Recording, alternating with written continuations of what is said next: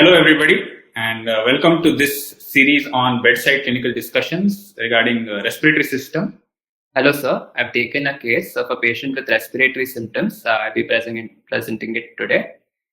Mr. Satish Kumar, a 55-year-old construction worker, presented with chief complaints of cough and fever for 3 weeks, which was followed by breathlessness for the past 2 weeks. History of present illness. Mr. Satish was apparently well until 3 weeks ago. When he developed cough, it was insidious in onset and gradually progressed before improving. There was no sputum production or hemoptysis. There was no postural or diurnal variation to his cough. The patient also gives a history of left-sided chest pain, which is stabbing in nature. This was worsened on coughing and deep inspiration and relieved on lying on the same side. He complains of intermittent low-grade fever for the past 3 weeks. It is associated with night sweats. There is no associated chills or rigors. He has noted a diurnal variation with evening rise in temperature. After a week of cough and chest pain, he started developing breathlessness, which was insidious in onset and gradually progressive. Presently, the patient has to rest after walking for about 100 meters. There is no diurnal variation. He prefers lying on the left side as it slightly relieves his breathlessness. He also complains of fatigue and reduced appetite since the onset of his symptoms.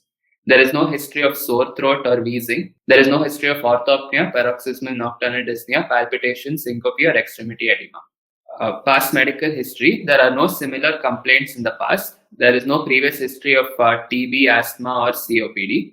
He was diagnosed with hypertension about 3 years back and is on treatment with 10 milligrams enalapril daily. He says that his blood pressure has been in the normal range during routine visits with his physician. He does not have a history of diabetes or coronary artery disease, no history of allergies to medication or environmental triggers. Family history. There are no similar complaints in the family or in the surrounding community members. There is no history of asthma or other respiratory conditions in the family.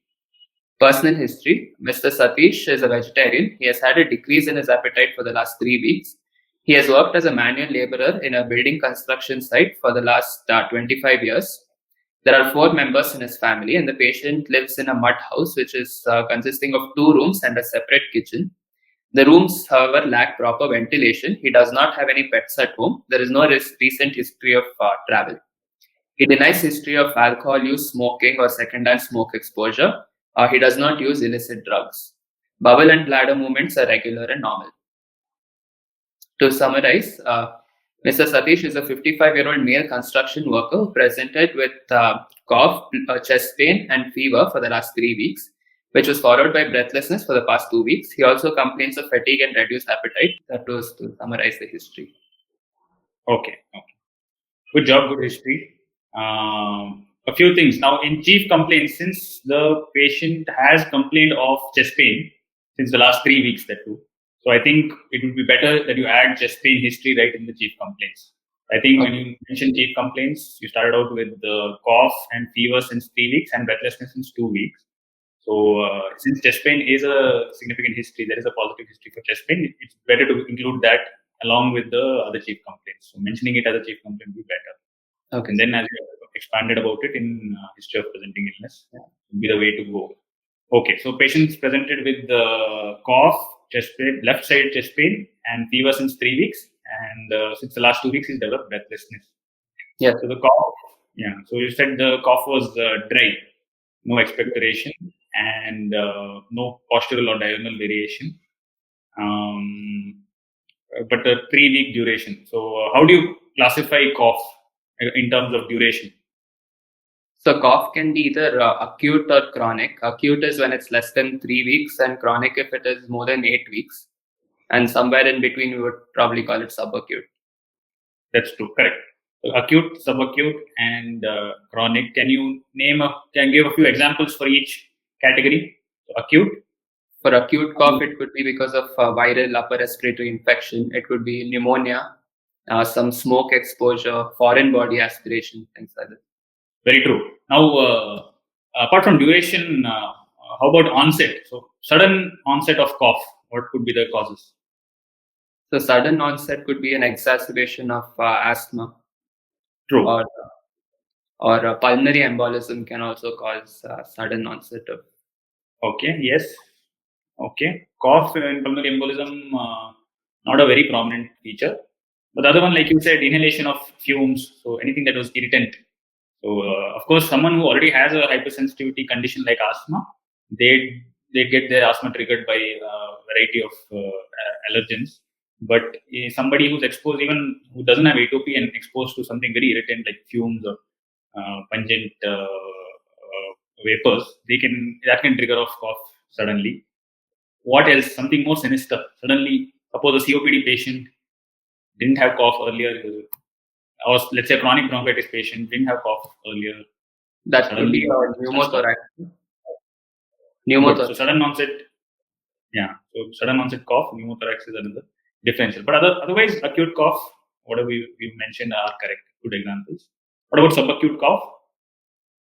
Sometimes post-viral bronchitis will be there, so which can carry on for a while. Or it could be Correct. So post-infectious. Yeah. Yeah. Post-infectious cough. Correct. Any others? Subacute. I think even any of these other acute infections which kind of take a while to go away, even pneumonia could extend for a while. Okay, most pneumonias, now pneumonia, when we say pneumonia, we mean inflammation of the lung parenchyma. So most often it is infective. If a pneumonia is lasting more than 3 weeks, of course, first differential in our minds in our country is tuberculosis, but otherwise most infections would subside by 3 weeks. In Like you said, some infections, even after they subside, the cough may persist, and that's called post-infectious cough. Earlier it used to be called post-viral tussive syndrome. There's another syndrome or a name that used to be commonly used previously. It was called post-nasal drip. Any idea what the new terminology is now for it? Post-nasal drip? No, not sure. Okay, it's called upper airway cough syndrome. UACS, upper airway cough syndrome. So, classically, on examination, you may find something called cobblestone appearance of the pharynx, the posterior pharyngeal wall, on examination. So, on history, they may say that they experience or they feel that there is some amount of phlegm that is at the back of the nose that they have to keep swallowing. That history may be there. What about chronic cough? Causes of chronic cough? Chronic cough, tuberculosis. It could be a lung malignancy and interstitial lung disease. It could be COPD. Okay. So this evening rise of temperature is seen in those conditions which have a low grade inflammation present in them. So conditions which are characterized by low level of inflammation. For example, tuberculosis, like you said, tuberculosis. One more example is Hodgkin's lymphoma. So you know about B symptoms of lymphoma. That is one of the B symptoms is of course night sweats. The other being evening rise of temperature or fever itself, but then there is commonly evening rise of temperature in patients with lymphoma, and of course weight loss, significant weight loss. So what happens is when there is a low level of inflammation during the daytime, the cortisol levels within the body will be higher. So actually, the serum cortisol levels are highest during the early morning hours, and then during the day they maintain and slowly come down. In the night, they reach a nadir. So that low level of inflammation can be suppressed by the natural cortisol during the daytime. But as the day progresses or as the night approaches, the level of cortisol drops, and that causes the inflammation to manifest. So those patients end up may not develop a fever, but they'll notice that there's a greater rise in temperature in the evenings. And again, as the night progresses, the serum cortisol levels start to go up again, and the fever is broken. So, and that time they develop night sweats. So, any condition without very high level of inflammation, they can have even night sweats as well as evening rise of temperature. In our country, of course, the first suspicion is tuberculosis, but not necessarily an infection. It could be something else which produces low level of inflammation, like lymphoma. Unlike in, let's say, malaria, where every 2 days or every 3 days the fever recurs, that is due to the related to the life cycle of the parasite. But unlike in tuberculosis, it's not related to the tubercular bacillus life cycle. It's just the inflammation getting suppressed by cortisol during the daytime. And you said there's no chills and rigors. What do chills and rigors in fever indicate? That would indicate a higher grade of fever, sir. Good. So fever associated with chills and rigors would indicate a higher grade of fever. Okay. So apart from that, you also said left side chest pain since the last 3 weeks, and You said it is worse on taking deep breaths, and it is relieved on lying to the left. Correct? Yes. Okay. Yeah. So, what do you think is this pain? So this seems like a pleuritic chest pain because it's worse on inspiration, deep coughing, Okay. and lying on the same side of the pathology is also relieving the symptoms. Very classical. Okay. So, one more thing is the site. So, lower and lateral aspect of the chest wall, it will more localized to the lower and lateral aspect of chest wall. Generally, is pleuritic type of chest pain. If it were more central, retrosternal, then you would have dilemma. But something that is lower and lateral aspect definitely points towards a pleural pathology. What are the causes of pleuritic type of chest pain? So pleural inflammation because of anything like a viral illness, or it could be a rheumatological SLE and rheumatoid arthritis can cause. Okay, fine. So basically, you're saying pleuritis. Yeah. So any cause of pleuritis apart from that, apart from pleurisy? Malignancy of the lung Okay, or mesothelioma. okay. Why would they be producing pleuritic type of chest pain? So if they involve the parietal layer of the pleura, if it's kind of irritating that. Correct. So generally, if there is a direct invasion of the pleura or the intercostal nerves, that would produce chest pain, not necessarily pleuritic type of chest pain. So they may have constant pain in the particular region. So apart from pleuritis or pleurisy, what other causes of pleuritic type of chest pain are there? So pulmonary embolism can cause pleuritic chest pain. Good. If there's an infarction. Good. Even pneumothorax. So sudden pneumothorax can also trigger off chest pain, pleuritic type of chest pain, especially to be considered in a patient with pre-existing emphysema or COPD. What is Bornholm's disease? You said viral illness. What is Bornholm's disease? I think Coxsackie viral infection, which causes like severe chest pain. Good, good. So it's actually the other name for it is pleurodynia. You just said chest pain reduced on lying down to the same side. Yes, sir.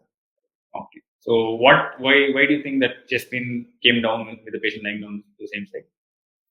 So it's because of splinting, because the pleura, when it rubs against each other, it's causing pain. But since he's lying down on the same side, it's not expanding too much the pleura, and that's why it's kind of relieving his pain. Okay. Okay. Correct. So since when the two layers of inflamed layers of pleura rub against each other, that time the patient will experience more chest pain or pleuritic type of pain. That can happen when the patient takes a deep breath, so the lung expands and pushes the two layers against each other, or if the patient coughs, again the lung expands and rubs the two inflamed layers against each other. And in the same manner, if there is along this inflammation, if there's some amount of pleural fluid that has been generated, inflammatory fluid, when the patient lies to the same side, the inflammatory fluid will separate the two inflamed layers. So that time the patient may actually have some amount of relief from the chest pain. I think it was for cough that you said the cough became better as time progressed. No, sir. The chest pain kind of improved, but breathlessness again was relieved on lying to the. Yeah. Okay. There was a particular symptom that improved with time. It was cough, I think. I'm not wrong. Yeah, both cough and chest pain kind of improved with a little bit of time. Okay. But the fever did not stop. No, sir. Fever did not stop. And in fact, the patient developed a new symptom, that is breathlessness. So Yeah. when there's a resolution of a particular symptom, of course, most often we think that the pathology is subsiding. But if in the case of cough or chest pain, if the symptoms are subsiding, the explanation for that would be again development of pleural effusion. So if initial inflammation, pleuritis, has now progressed to pleural effusion, significant amount of fluid separating the two layers from each other for constantly. So in that case, they will not rub against each other, so they will not experience pleuritic type of chest pain. The resolution of chest pain is not always good news in patients with the pleuritis. In case the patient develops pleural effusion and still continues to experience pain, what would you think of? It could be a complication of effusions, or say empyema thoracis.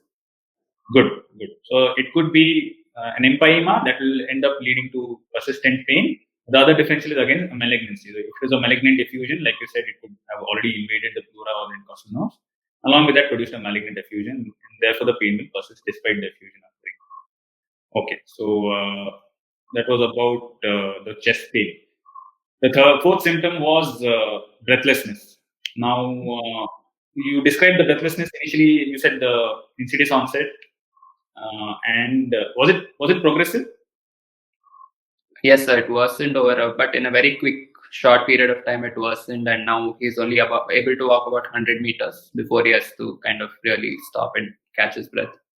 So, anytime a particular symptom or a sign can be graded, it's better to do so. So, symptoms like breathlessness or angina, these can be graded.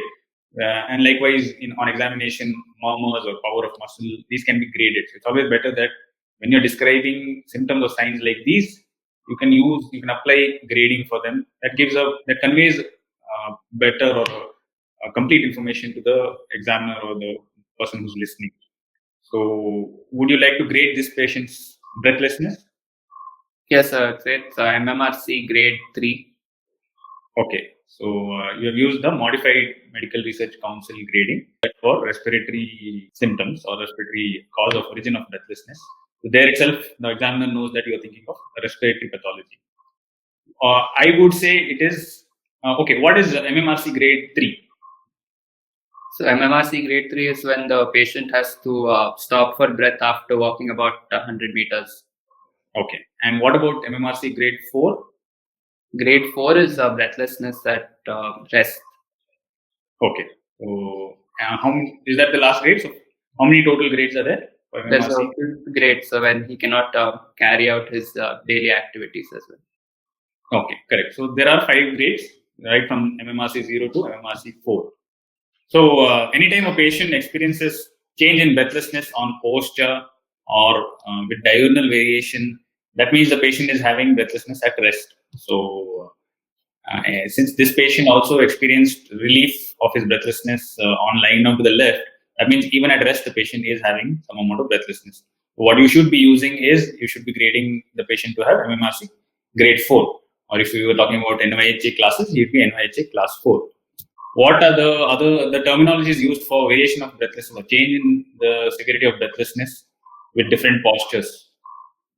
So this patient has strepopnea because on lying to one side he has breathlessness. Good. And there's also another thing called platypnea where there is breathlessness on sitting up straight and it is kind of relieved on lying flat. Good. And of course, orthopnea. So orthopnea is? Breathlessness on lying flat. So. Correct. So what are the causes for orthopnea? Orthopnea is usually a cardiac related breathlessness. Correct. So left ventricular failure. So if a patient is having left ventricular dysfunction, acute decompensation of the left ventricular function, then they generally manifest with orthopnea. With regards to orthopnea, it need not always be cardiac, but what you should remember at your level is the first differential should always be cardiac. But there are other causes. For example, if the patient has a massive ascites also, when the patient lies down, the patient may experience worsening of his or her breathlessness. Again, in a patient with, let's say, diaphragmatic weakness or paralysis, lying down would cause the abdominal organs to fall back onto the diaphragm. That will make it harder for the patient to breathe. So again, patients with diaphragm weakness, they prefer to sit up and not lie down. But always think of cardiac first when a patient comes to complain of orthopnea. Causes of platypnea? Platypnea is seen with hepatopulmonary syndrome. Good. Anything else? And seen with some AV shunts which are present within the lung. True. So hepatopulmonary syndrome is characterized by opening up of pulmonary vents. And so they are generally present on the lower surface of the lung, the AV shunts. That's why when the patient sits up, these AV shunts open. The diaphragm comes down, the AV shunts open up, and the shunting produces breathlessness. The patient prefers to lie down. They lie down. Again, the diaphragm gets pushed up. It pushes against the lung, inferior surface of the lung, where the AV fistula close up. The shunting reduces, and the patient feels more comfortable. But any other cause of platypnea apart from hepatopulmonary? Left atrial myxoma, I think. Good. So left atrial myxoma or ball valve thrombus, it's called. So left atrial thrombus. It can also vary. The position of the mass will vary with posture. When they lie down, it will fall away from the valve, mitral valve, so it will allow blood to flow well. Whereas when they are upright, the mass will obstruct the inflow or flow through the mitral valve, and that will cause breathlessness, worsening of breathlessness. What about treponema? Cause? Treponema is seen with unilateral lung diseases such as effusion or pneumonia, and when they lie on the same side, it kind of is better. Correct. So if there is a unilateral, massive or large pleural effusion, then the patient on lying to the opposite side, it will end up already the ipsilateral lung has a large effusion, so not going to allow the effusion, not going to allow the lung to expand. But on lying to the opposite side, it will actually apply pressure or compress the normal lung. That will make it difficult even for the normal lung to work, and therefore the patient will have breathlessness on lying down to the opposite side if there's a unilateral, massive pleural or large pleural effusion. Likewise, if the patient lies to the same side, patient, at least the normal lung would be able to do its work, so patient will feel some amount of relief. Okay. What is bendopnea?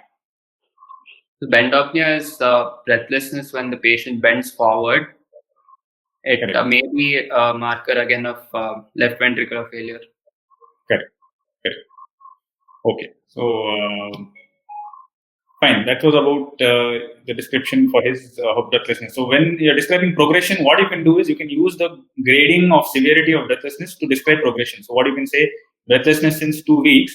Initially, it was grade MMRC grade 3 to begin with, and then it progressed to grade 4 since the last few days. So grading can give you a better picture, give the examiner a better picture. You convey the picture better. So always try and use grading whenever you can. Okay. Apart from that, you said the patient also had loss of appetite and fatigue. Yes, sir. So one thing you should remember is even fatigue is a symptom that can be graded. So fatigue can be graded using NYHA class. So if you're suspecting cardiac cause for fatigue, you can use NYHA classification for grading of fatigue.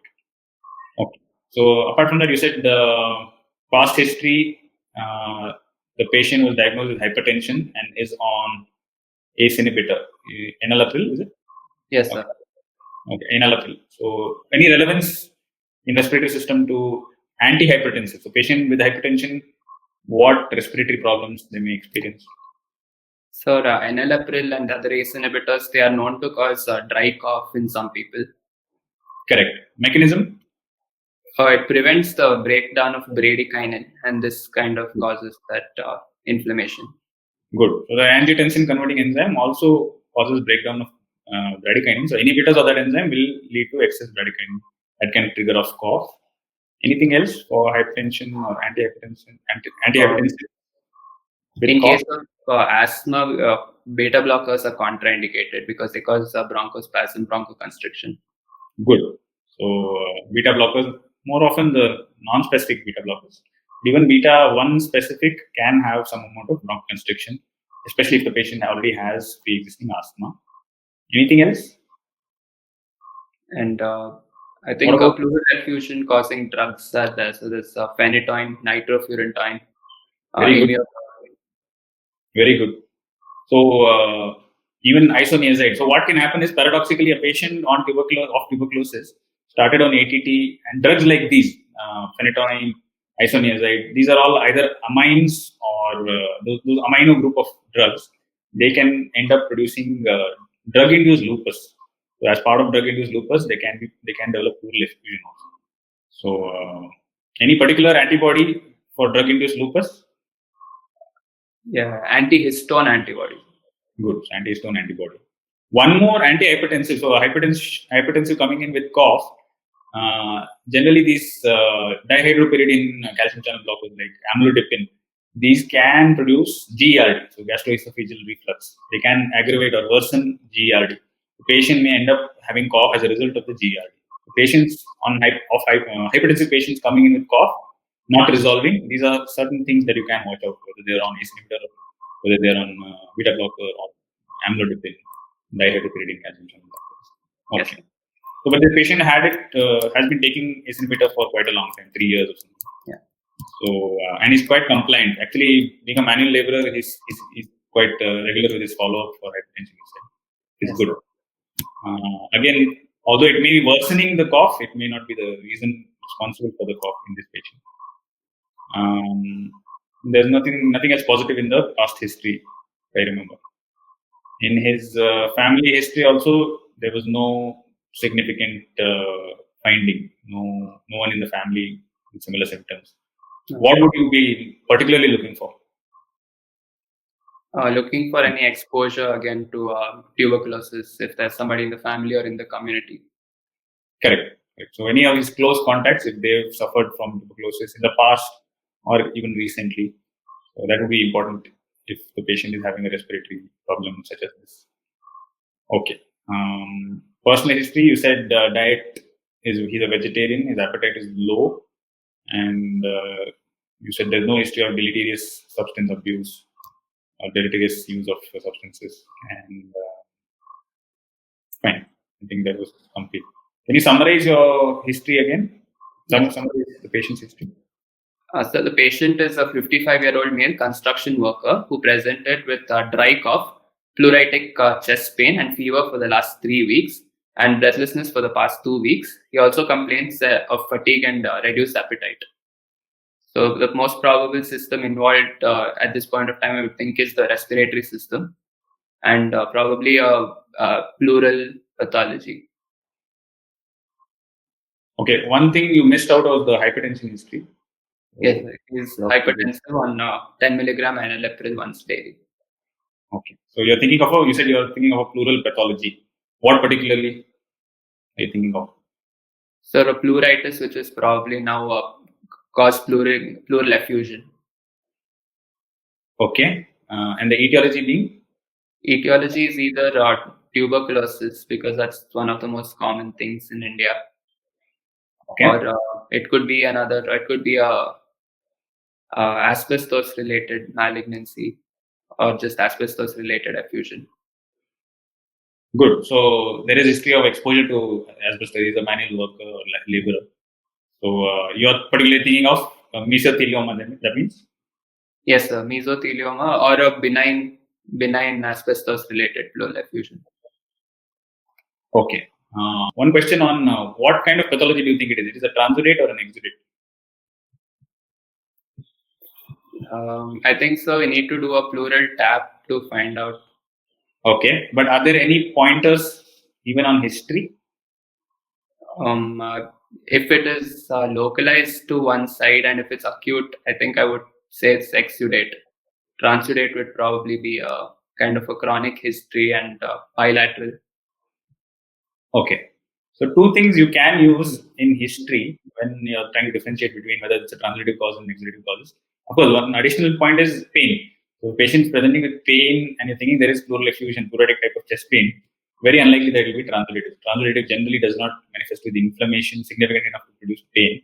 But the other pointers are, one is the patient having a left-sided effusion. So if a patient has left-sided pleural effusion, isolated left-sided pleural effusion, unlikely that the patient will have a transudative cause. Most often transudative is bilateral, but if it has to be unilateral, it is generally on the right side. Generally, a isolated right-sided effusion can be transudative.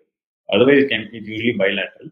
But isolated left-sided pleural effusion, you doubt that it will be transudative. Yes.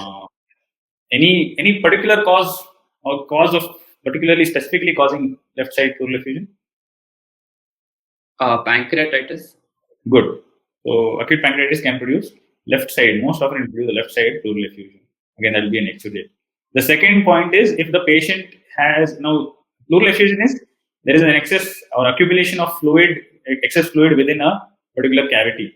So if there's fluid accumulating there, if it were transudate, it would not just accumulate there; it would accumulate other places also. If the patient doesn't have swelling of the lower limbs, doesn't have facial puffiness, doesn't have abdominal distension, that again makes it unlikely that the pleural effusion is a transudate.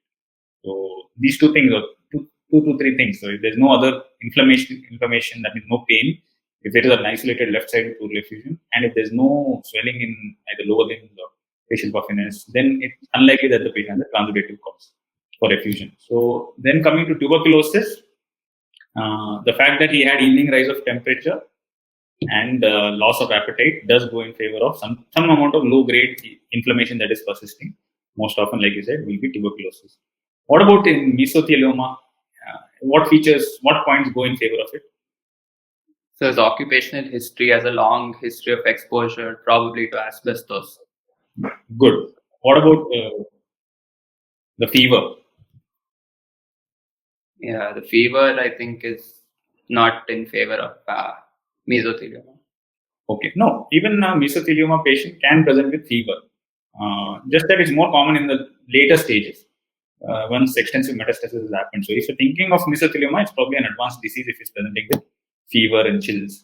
Of course, he didn't have chills, but night sweats, fever and night sweats, you may think of a more advanced stage of mesothelioma. But that should be kept as a differential, or like you said, a benign malignancy or benign tumor, rather, sorry, of as a result of asbestos exposure, because that is a significant history for etiology.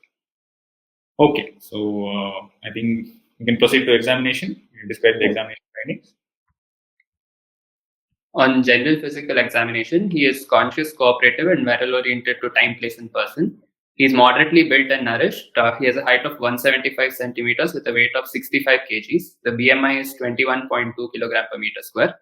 There are no external markers of tuberculosis or HIV. The patient is pale. There is no icterus, cyanosis, clubbing, lymphadenopathy, or edema. Vital signs: temperature is 98.8 degree Fahrenheit measured orally. Pulse is 110 per minute, regular in rhythm with normal character and volume, no delays, and all peripheral pulses are palpable and equal. The blood pressure is 110 by 80 millimeter mercury in the right upper limb in supine position. Respiratory rate is 26 per minute, abdominothoracic in type, and regular in rhythm with use of accessory muscles of respiration. The JVP is not elevated. Okay, so the positive findings on general physical examination were his BMI was fine. You said the patient had pallor. Yes, sir. Okay, so can you suppose only on examination, if you had to tell me what the etiology of pallor may be or anemia may be, what other additional clues you would be looking for only on general physical examination? Patient is pale. What other clues are you looking for in order to find out what the etiology for his anemia is? So if he has, along with pallor, if he also has icterus, it could be a hemolytic process. Very good. Can you give a quality to that icterus? What kind of icterus particularly will make you think of, yes, it may be hemolytic anemia? So I think a lighter lemon yellow. Good, very good. So lemon yellow tinge or very mild icterus, you would think of hemolytic anemia. Contrary, if the patient has a very deep jaundice or icterus, then it's unlikely the patient is having hemolytic anemia. Correct. So lemon yellow tinge icterus is one point that will favor hemolytic anemia. Others? Other than that, I mean, generalized, if he's cachexic, I think malnutrition could be a reason for that. Correct. Particularly which nutrients? Iron deficiency and vitamin B1 and B6. Correct. So examination findings to support your suspicion. Yeah, I think there weren't any of those findings. No vitamin deficiency. Like there was no chelosis or stomatitis. Okay. So on iron deficiency, you'd be expecting nail changes. The patient may have either brittle nails, platynachia, or koilonychia, spoon-shaped nails. That make you suspect of iron deficiency. Or if the patient had B12 deficiency, you particularly be looking for changes in the hyperpigmented knuckles and some neurological symptoms as well. Good. So systemic examination, you may find neurological features. Not always. The anemia and neurological findings don't always coexist. But one additional feature apart from knuckle pigmentation is the tongue. So they generally have a very beefy red tongue because of the inflammation. So actually called strawberry tongue in patients with vitamin B12 deficiency. Okay. What about leg ulcers? Any cause of anemia that can end up causing recurrent leg ulcers? Difficult to heal. Sickle cell anemia. Very good. Sickle cell anemia.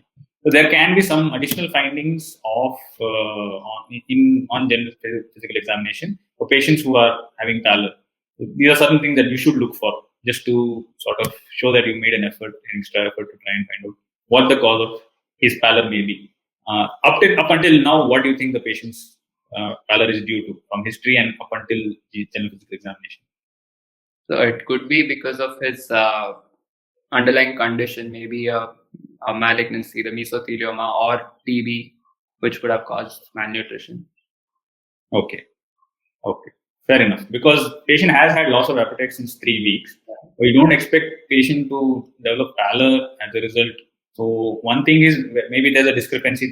Maybe the process was going on for a while. He just realized it started to take a toll on him only since the last 3 weeks, like a malignancy or tuberculosis. Or if you're not able to get to a cause or etiology, should go back to history and ask him for any blood loss. So if the patient has any hemorrhoids, has history of losing blood stools, has noticed uh, passing of worms in stool, or has history of walking barefoot in the fields or over the soil, that can also help you come to a cause of his anemia. So fine, that was one. The patient has pallor in his case.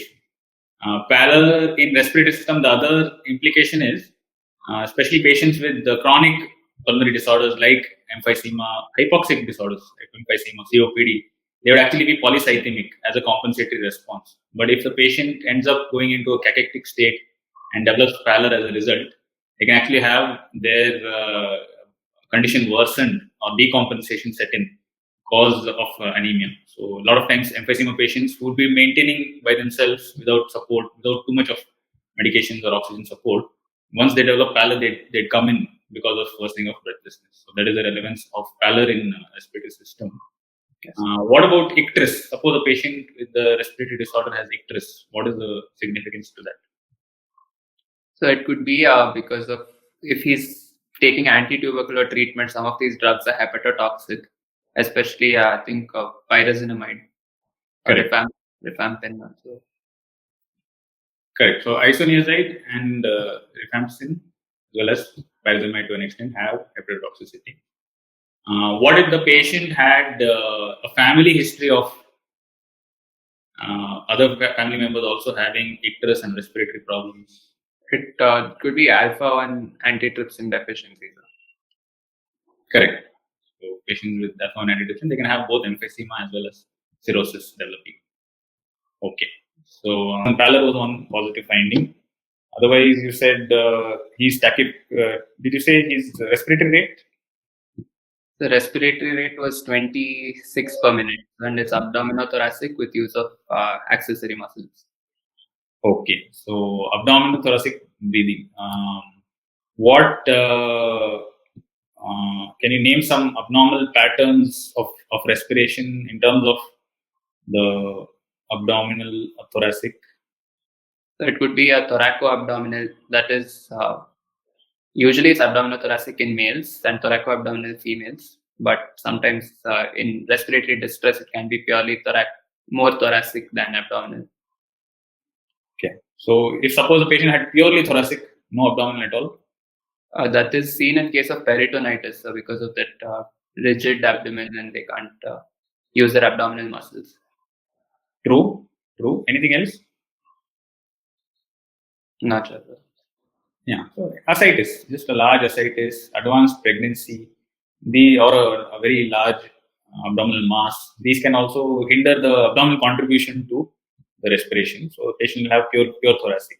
Diaphragmatic palsy. The diaphragm is not moving. Then the diaphragm and the abdominal will not have any. Will not show any participation during respiration. It will just be the intercostals that are working. Contrary to that, if there's pure thoracic breathing, no abdominal. I'm sorry, pure abdominal breathing, no thoracic contribution at all. I think here the respiratory muscles are paralyzed or fatigued. Okay, yes. So pure intercostal muscle paralysis, little unlikely, little unusual, but true. Theoretically, that can happen. Or if there's just pain, so severe pleuritic type of chest pain. If a patient has severe pleuritic type of chest pain, then the intercostals will just they'll not work. It'll just be the abdominal movement that will be happening. The patient will have purely abdominal breathing, respiratory pattern. Okay. What about respiration with prolonged expiration? Suppose now you're seeing the patient is breathing abdominal thoracic, but that you can notice that the abdominal pattern is slightly more prolonged. That means the expiration is more prolonged. What would you be thinking of? Prolonged expiration, I think it's obstructive lung diseases also. Good.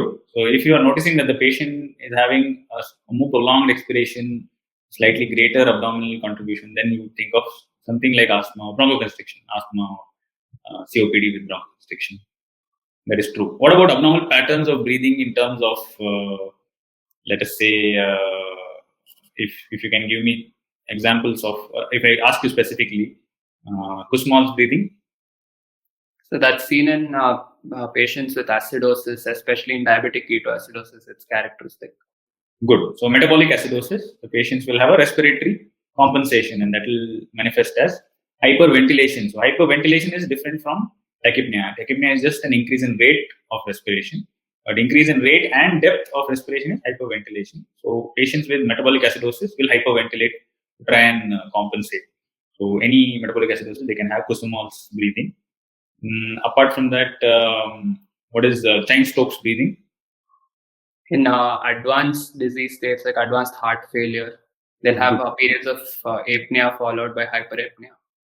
Good. So alternating cycles of apnea and hyperapnea that can be seen in heart failure, correct? Or it can be even seen in brain injury, traumatic brain injury also they can have it. What about Biot's breathing? That is normal breathing followed by hyperapnea. Okay. Biot's breathing is actually the atrial fibrillation equivalent of respiration. So the patient will have an irregular pattern to their respiration. That's actually a very ominous sign. It's seen as a part of the Cushing's triad. So if you can remember Cushing's reflex and Cushing's triad in elevated intracranial pressure. So can you name the triad? So there's bradycardia, hypertension, and abnormal breathing, Biot's breathing. That's Biot's breathing. That's correct. So now, one more thing to watch for is the ratio between the pulse rate and the respiratory rate. Generally, the respiratory rate is ratio of respiratory rate to pulse rate is 1:4. So in case the ratio is exceeded, that means pulse is out of proportion, the rate is out of proportion to the respiratory rate. What could be the cause for that? Could be because of the fever, sir. Okay, good. But generally, again, fever and respiration will also be, the respiratory rate will also get increased with body temperature, just like pulse rate increases. One reason could be if there's a genuine or specific rhythm disorder within the heart. So tachycardia, tachyarrhythmia rather. Tachyarrhythmias, they may have a very high pulse rate without the respiratory rate matching that pulse rate. Same way, if a patient had a lower respiratory rate, what is it called? If the respiratory rate is very low? So bradypnea. Right. What are the causes for bradypnea?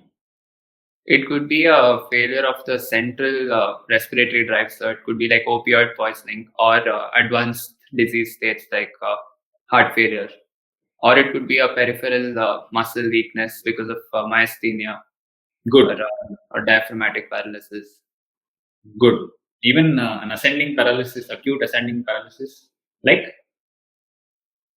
GBS can cause. Very good. So even patients with ascending paralysis like GB syndrome or neurotoxic snake envenomation, you want to watch out for their respiratory rate, as well as one simple bedside test that you'll be monitoring to determine the respiratory muscle function. What is it? We can, especially in GBS, we can tell them to count down from I think as much as they count in one breath holding and counting up to at least up to 30, they should be able to count. Correct. So single breath count. So in one, after taking a deep inspiration, try and ask him to try and count as many numbers as he can in one breath. So, and he himself can monitor that and inform whether there's any decrease or reduction. That would indicate that the respiratory muscles are becoming weaker. Okay. So I think there were no other positive findings on respiration in his case. We can proceed to systemic examination, respiratory system. Yes. Systemic examination, upper respiratory exam. The nose appears normal. The septum is central with no secretions or polyps. There is no tenderness over the paranasal sinuses. Oral hygiene is adequate with no caries or thrush. The tonsils are normal. The posterior pharyngeal wall is normal with no exudates or erythema. On inspection, the chest is normal in shape. The trachea appears to be shifted to the right side. Apical impulse is not visualized. The chest wall movements are decreased on the left side and normal on the right side. The chest wall shows fullness of intercostal space on the left side. There is no drooping of shoulders, supraclavicular or infraclavicular hollowing. The patient is using accessory muscles of respiration like the sternocleidomastoid and scalenes. There are no scars, sinuses, or visible veins over the chest wall. So, how did you make out that there is a deviation of his trachea? So there is a positive trail sign. That means the sternocleidomastoid was more prominent on the right side. That's good.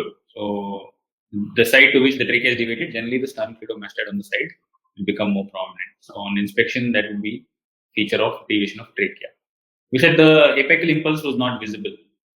Yes, Now, what are the causes for the apical impulse not being evident or visible?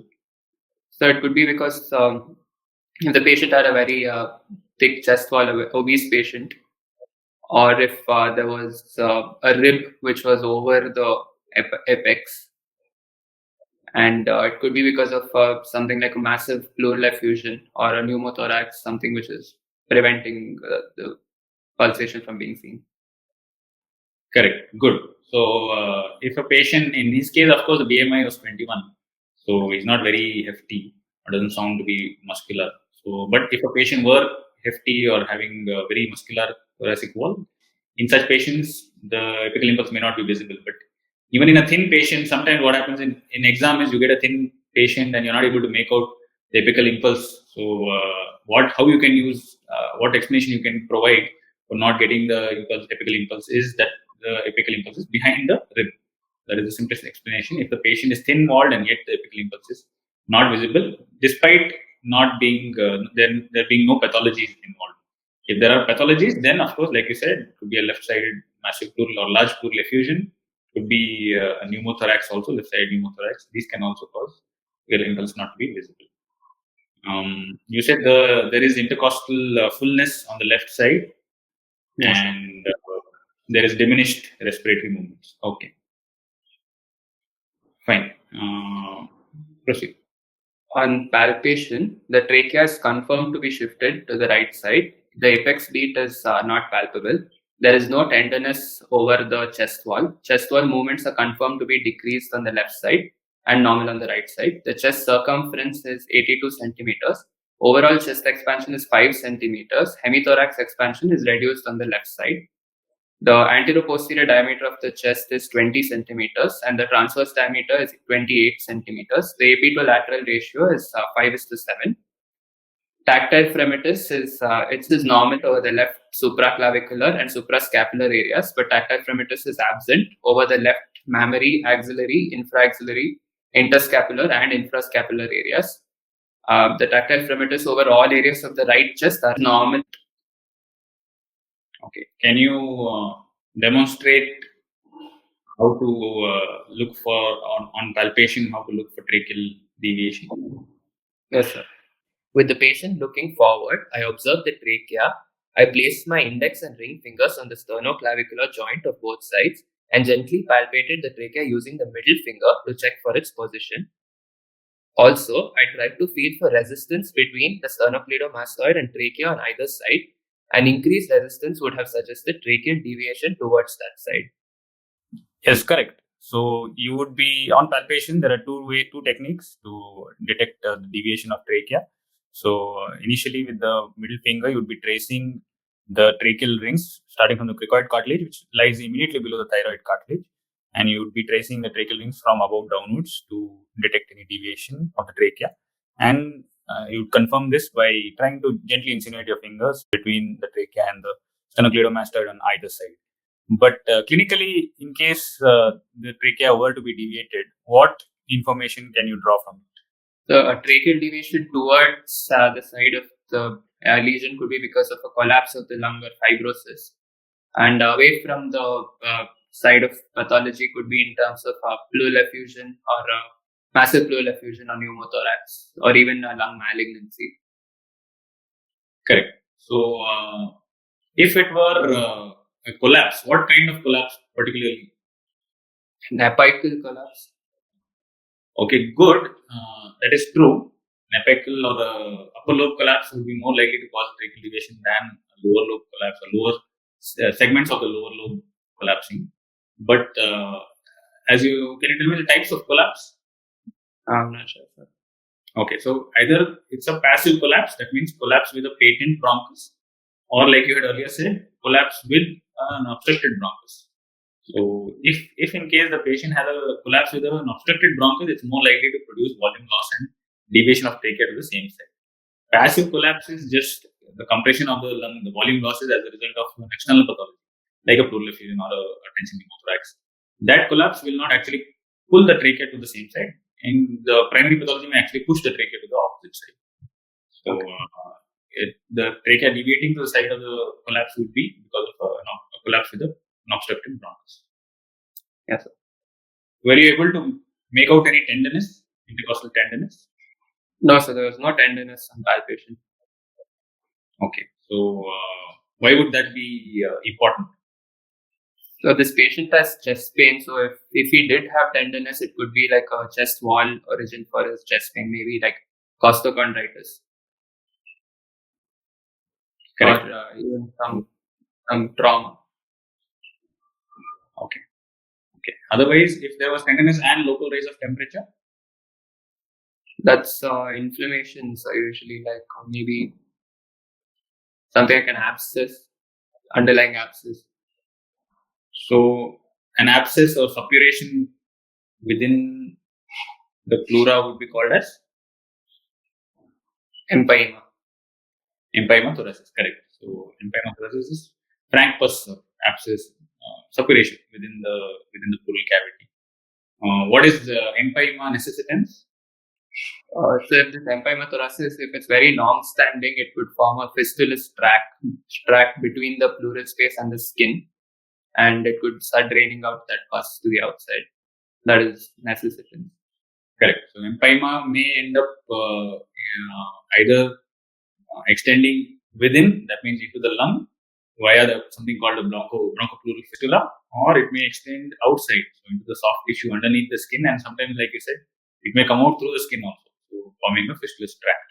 So empyema necessitans is when it is extending in the outer direction into the soft tissue, subcutaneous tissue, or into the skin.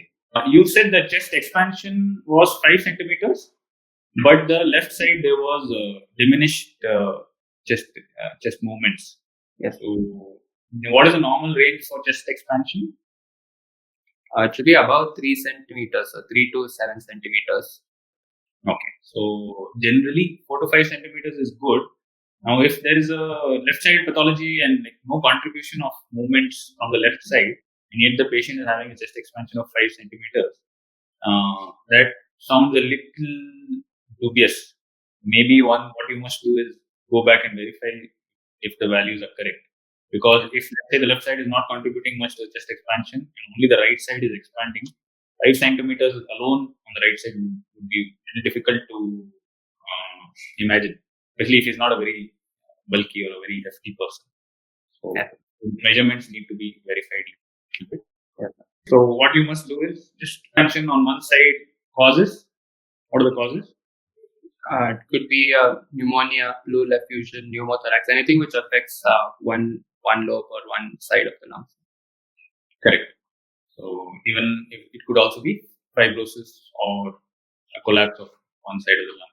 Since there is deviation of trachea, you would also have to consider whether there is any unilateral pathology in terms of fibrosis or volume loss, fibrosis or collapse also. Because there is intercostal swelling of the intercostal spaces, which makes it unlikely for it to be fibrosis or collapse. Okay, we proceed to percussion. Yes. On percussion, direct percussion over the right and left clavicle is resonant. Percussion over the right and left chronic systemus is resonant. Percussion over the left supraclavicular, suprascapular areas is resonant. But there is stony dullness to percussion over the left infraclavicular, mammary, axillary, infraaxillary, interscapular, and infrascapular areas. All areas of the right hemithorax are resonant. Trog space is also dull to percussion. Okay. Please demonstrate how to elicit a resonant and a dull note on percussion. Yes, sir. This is a resonant note. And this is a dull note.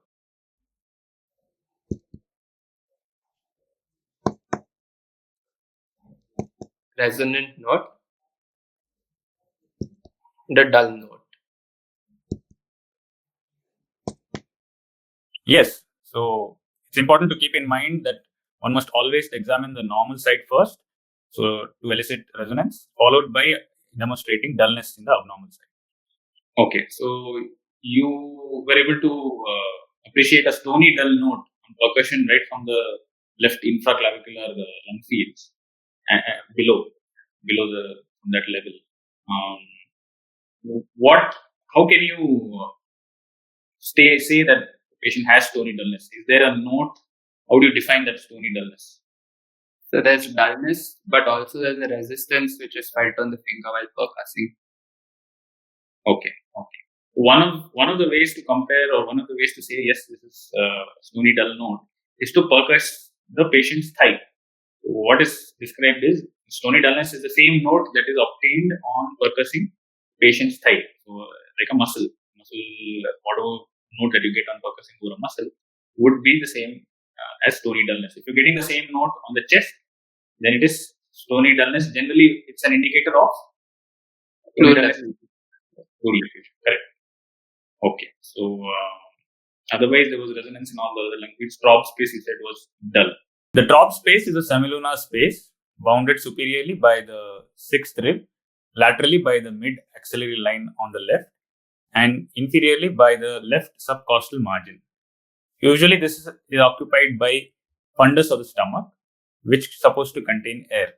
So, on percussing over it, one would normally expect to find a tympanic note. But in case this tympanic note is obliterated and one finds dullness instead, it could provide clues to a pathology being present. What are the other causes for throb space being the percussion note over throb space being dull? Apart from pleural effusion, it could be a splenomegaly, sir, or a fundal mass. Correct. So, if the patient had a left side pleural effusion or gastric fundal mass or initial splenomegaly, that's correct. Okay, fine. So, proceed to auscultation. Yes.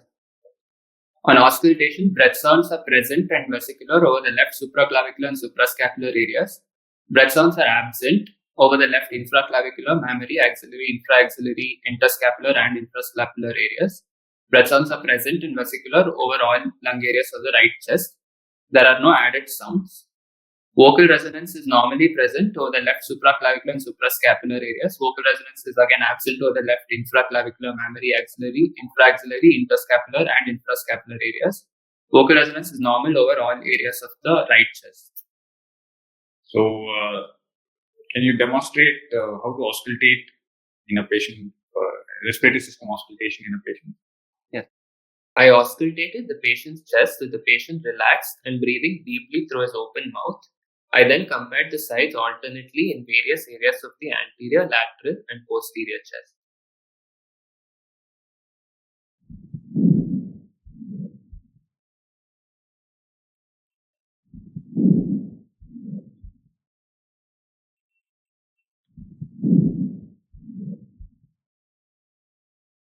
These are vesicular breath sounds.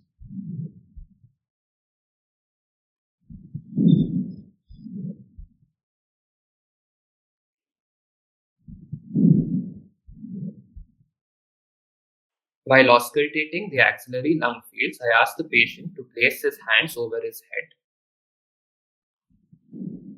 Yes, correct. So, whenever one is auscultating the respiratory system, one must try to appreciate the quality as well as the intensity of the breath sounds. One must try to make out if there's any gap between inspiration and expiration, as well as try to appreciate the relative length of the expiratory phase in comparison to the inspiratory phase. The normal vesicular breath sounds are actually low pitch sounds, but they are still heard conventionally using the diaphragm of the stethoscope. It is also important to avoid auscultating in areas that lie within 3 centimeters on either side of the midline, because here, in anteriorly and posteriorly, the breath sounds from the larger airways may get transmitted. It's also important to make sure that the patient is holding the opposite shoulder. Means when auscultating the posterior lung fields, the patient must be asked to hold the opposite shoulder in order to abduct the scapulae and be able to appreciate the posterior lung field auscultation findings clearly. Okay. Abhijit, can you tell me the different areas or lung fields in respiratory system when one examines or auscultates them? Yes, sir. In the anterior chest, we have the supraclavicular, infraclavicular, and mammary areas. In the lateral chest, we have the axillary and infraaxillary areas. And in the posterior chest, we have the suprascapular, interscapular, and infrascapular areas. Okay. What are the causes for absent breath sounds? So it could be, say, a tumor which is obstructing a bronchus, a mainstem bronchus. Or it could be a silent chest in terms of severe asthma. There might be absent breath sounds. Pleural effusion, massive pleural effusion. Yes. And Yeah. Likewise, so there's fluid in the lung. Likewise, there's air or pneumothorax also can cause silent. all these could lead to either diminished or if it's extreme, in an extreme case, it could even be absent breath sounds. That's true. Okay, so you said there were no added sounds, but what added sound were you particularly looking for in this patient? Looking for any crackles or rhonchi. Okay, something more? And he also has a pleural kind of pain, so probably a pleuritic rub, pleural rub. Correct. So that would be probably the first added sound you would be looking for. Of course, from up until now, it's suggestive of there already being effusion. Unlikely that you would get a pleural rub, but among the added sounds, that will be probably something that you would be looking for. Presence of pleural rub. Yes. Okay. So did you say the patient has massive pleural effusion left side? Yes, sir, it's massive pleural effusion. Okay. What are the points that made you say it has a left sided massive pleural effusion? So there's a tracheal deviation to the opposite side. Good. And there is also up to a very high level, more than the second intercostal space. So right from the infraclavicular space, there's dullness. Stony dullness, correct? Yeah. Anything in history? Yeah, because of his high grade, almost MMRC grade 4 breathlessness. Correct. So trepopnea. Anytime this patient has trepopnea, that means effusion must be very large. But then I'll allow you to finish your any abnormal findings in other systems. If the respiratory system description is over, any other? The CVS showed normal heart sounds and no murmurs. Per abdominal exam, it was soft, non-tender, and no focal deficits on neurological examination. Okay. So, what is your final diagnosis at the end of history and examination? So the diagnosis is left-sided massive pleural effusion with probably most likely due to tuberculosis. With other differentials, I would consider is asbestosis, an occupational lung disease like asbestosis, and rule out pleural malignancy as well, like a mesothelioma. Okay, so in your final diagnosis, when you are mentioning pleural effusion, if you mention massive or moderate, that will create a little bit of discrepancy because there are no standard references or cutoffs for to clinically say yes, this is mild or moderate or massive pleural effusion. Unlike let's say splenomegaly, where those cutoffs are there and accepted. For pleural effusion, what you can just say is the patient has in your final diagnosis left side pleural effusion. So instead of otherwise if mentioning massive or moderate, we end up inviting additional questions and create discrepancy. Okay, so correct. Your etiologies you're suspecting is tuberculosis and because of asbestos exposure, maybe a tumor, malignant or benign. That is correct.